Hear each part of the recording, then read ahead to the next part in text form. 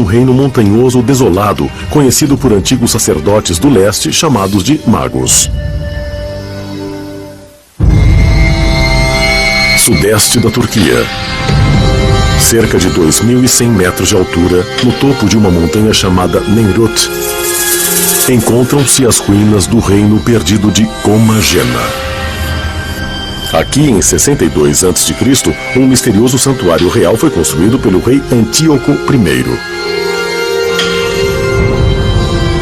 Estátuas colossais de leões e águias foram criadas, e de deuses persas e gregos, além de 2 esculturas enormes do próprio rei.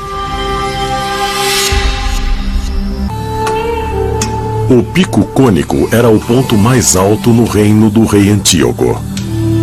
Medindo cerca de 45 metros de altura e 150 metros de largura, é feito pelo homem com inúmeras rochas calcárias pequenas.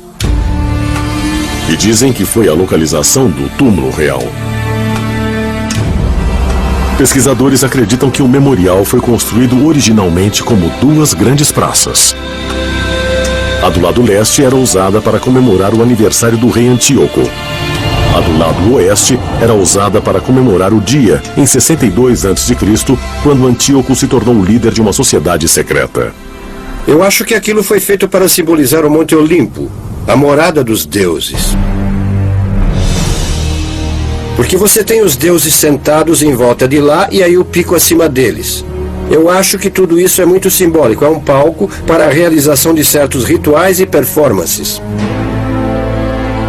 E ele também se apresenta nas bases das estátuas apertando as mãos de todos os deuses, como se os deuses o reconhecessem como sendo um dos seus e o recebessem no céu. Misteriosamente, tanto o local como o reino foram abandonados no século I. E até agora, a lendária câmara funerária do rei nunca foi encontrada. Mas outra questão ainda permanece. Por que o rei Antíoco construiu este santuário misterioso e monumental?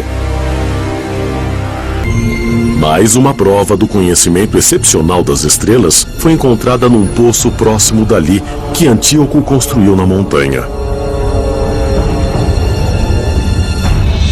O poço entrava na montanha em um ângulo de 35 graus da horizontal. E tem cerca de 150 metros de comprimento.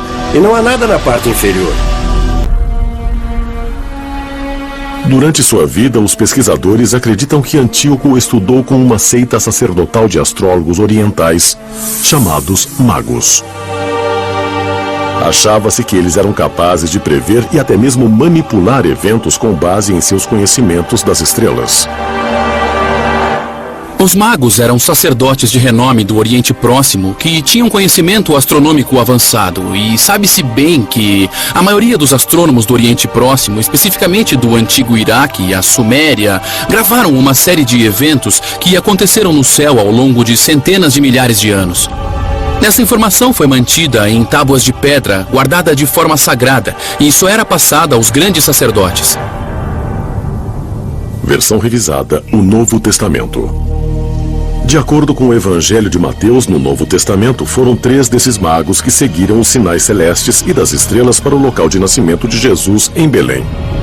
Uma coincidência? O que é interessante nessa história é que a estrela de Belém não foi usada como um ponto de navegação. Foi dito claramente que ela guiou os magos até o local de Cristo. Uma estrela não pode guiar alguém. Ela só pode ser usada como ponto de navegação. Então isso levanta a ideia de que a estrela era possivelmente um OVNI. A cabeça de Antíoco é colocada na estátua que é apropriada para Mercúrio. E isso porque Mercúrio é o planeta de iniciação para os sacerdotes. E ele mesmo é um, então ele põe Mercúrio em si mesmo. E pessoas acham que ele está sentado se achando entre os deuses. Ele não está. É, na verdade, um código para dizer que ele é um dos magos. Eventualmente anexada pelos romanos no século I d.C., o rei Antíoco e sua corte se espalharam por toda a região.